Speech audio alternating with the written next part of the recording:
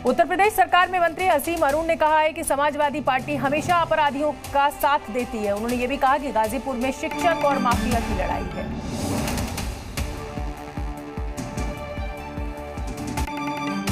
के मतदान से पहले लगातार चुनाव प्रचार तेज हो चुका है और गाजीपुर की जो सीट है वो सबसे हॉट है।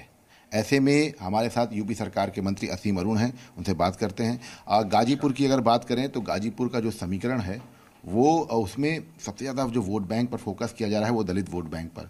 तो कितनी तैयारी चल रही है यहाँ पर, आप प्रचार कर रहे हैं, क्या कुछ स्थितियाँ देख रहे हैं? गाजीपुर का जो सामाजिक समीकरण है पूर्व में भारतीय जनता पार्टी के लिए जरूर चुनौतीपूर्ण था, लेकिन इस बार सभी लोग भारतीय जनता पार्टी के साथ में जुटे।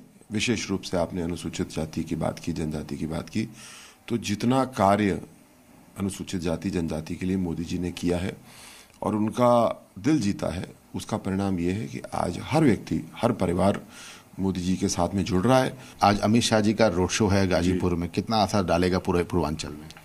ये तो माननीय अमित शाह जी आते हैं तो उनकी व्यक्तिगत लोकप्रियता, उनकी संगठन क्षमता, इसका बहुत अच्छा प्रभाव पड़ता ही है।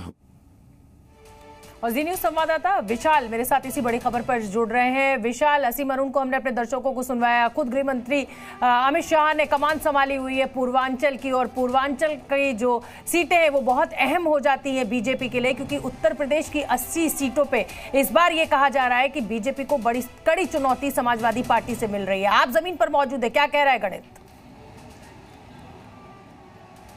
देखिए, बिल्कुल मैं जहां पर मौजूद हूं, बस कुछ ही देर के बाद, करीब 1 घंटे से 1.5 घंटे के बाद अमित शाह यहां से अपना रोड शो शुरू करेंगे। और मैं आपको तस्वीरें दिखा देता हूं कि यहां पर पूरी तैयारियां कर ली गई हैं। और ये रोड शो इसलिए ज़्यादा महत्वपूर्ण है क्योंकि 2019 के लोकसभा चुनाव में गाजीपुर की सीट जो है वो भाजपा के हाथों से निकल गई थी। यहाँ से अफजाल अंसारी चुनाव जीत गए थे, तब वो बसपा से प्रत्याशी थे, सपा के साथ गठबंधन था। और इस बार जो है वो समाजवादी पार्टी से प्रत्याशी हैं और गठबंधन कांग्रेस के साथ सपा का है। ऐसे में इस बार जो लड़ाई है पूर्वांचल की, वो गाजीपुर में भी सीधे तौर पर प्रभावित करती है, क्योंकि गाजीपुर के जो कुछ इलाके हैं जहां से मुख्तार अंसारी, अफजाल अंसारी आते हैं, वो बलिया लोकसभा में पड़ता है। तो ऐसे में आज यहां पर ताकत दिखाई जाएगी बीजेपी की, और अमित शाह यहां से रोड शो जो है वो शुरू करेंगे। पंडित दीनदयाल उपाध्याय जी की मूर्ति पर वो माल्यार्पण करेंगे, उसके बाद यहां से रोड शो की शुरुआत होगी। लेकिन पूर्वांचल साधने की पूरी कोशिश है, क्योंकि गाजीपुर के जस्ट बगल में बलिया सीट है, इसके साथ साथ अगर बात करें घोसी सीट है, चंदौली सीट है, बनारस यहाँ से महज 60 किलोमीटर दूर है। तो ये पूरा एक समीकरण जो है ये